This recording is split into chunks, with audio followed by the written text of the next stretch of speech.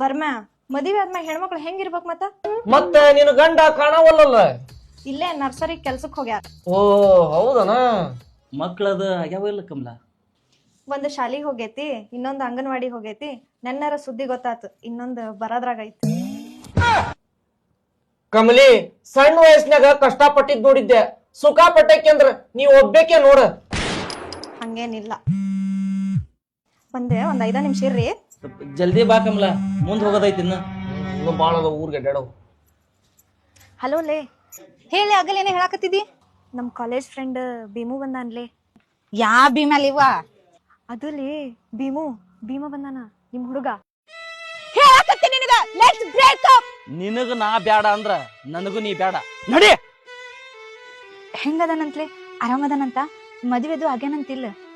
ಆರಾಮದಾನ. ಅದ ನಿಂದು ಅಡ್ರೆಸ್ ಕೇಳಾತಿದ್ದವ, ಮದ್ವಿ ಸುದ್ದಿದು ಮಾತಾಡತ್ತಿದ್ದ. ಅವಂದು ಮದ್ವಿ ಇನ್ವಿಟೇಷನ್ ಕಾರ್ಡ್